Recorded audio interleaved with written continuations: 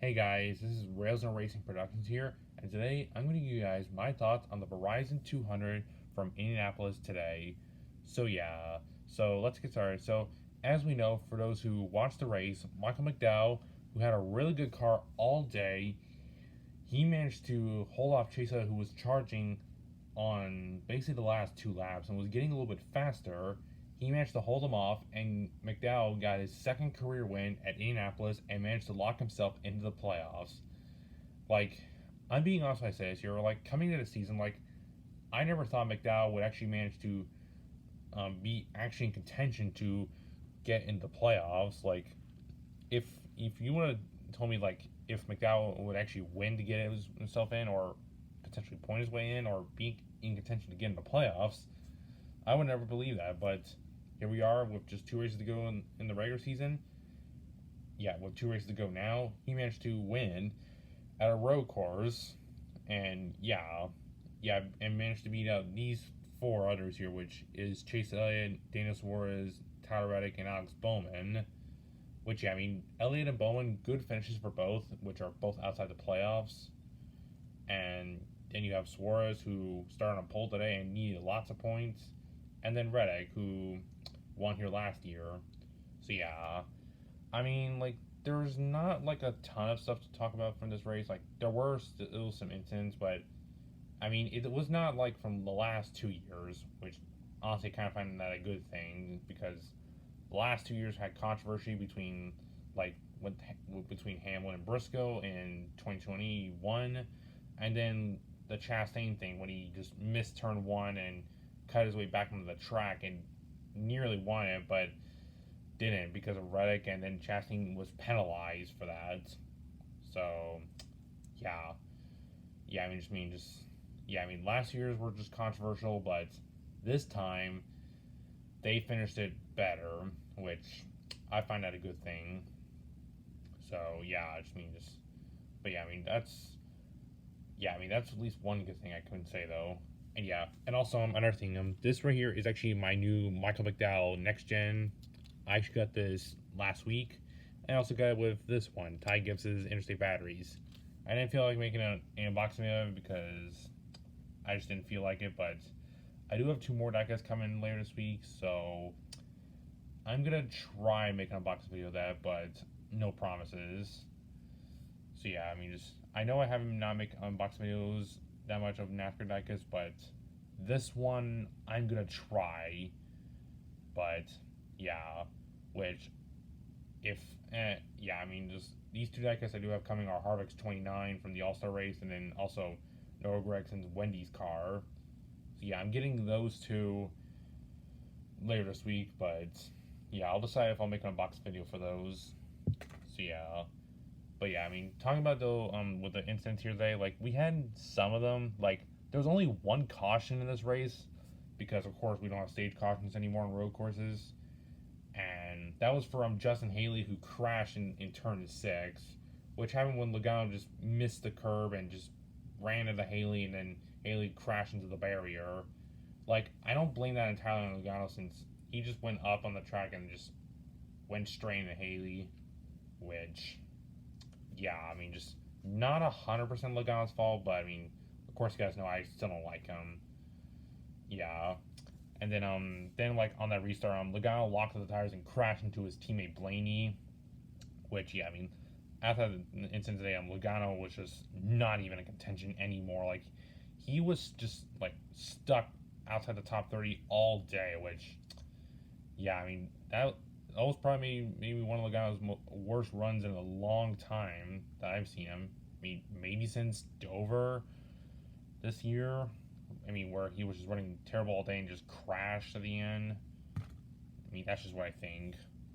So yeah, and then afterwards, don't think we had any more incidents in stage one. Which yeah, McDowell won the stage, which now he has 6 playoff points today after his win, which is a good thing. So yeah, he'll have one extra playoff point going into the playoffs at Darlington.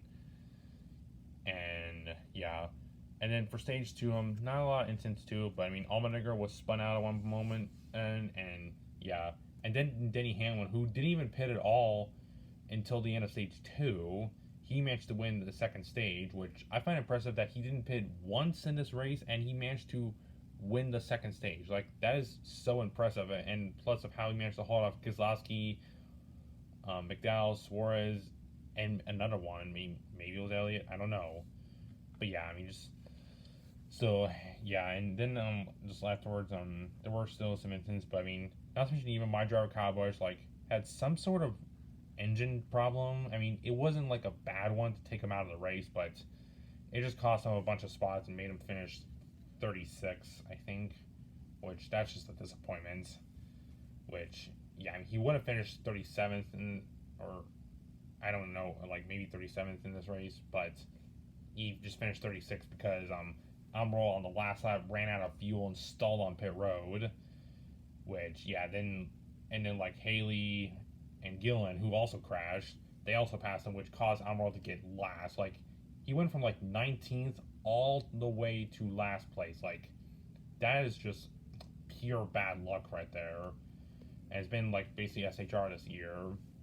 So, yeah, I mean, just like SHR this year has been just terrible. Like, no wins for none of the drivers. Like, I mean, Harvick could have won Phoenix if it wasn't for the caution, or even making a pit stop.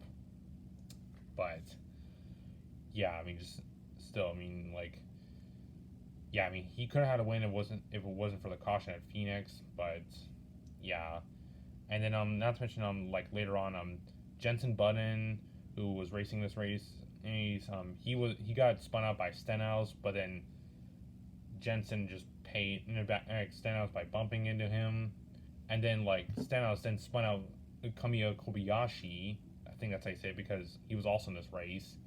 Like, there was some international drivers in this race, which we had Shane Vane, who won Chicago, Mike Rockenfeller, and then Brody Kostecki. I think that's how you say it. Yeah, he's also from New Zealand. And then you had Kobayashi, and then Mike Rockenfeller.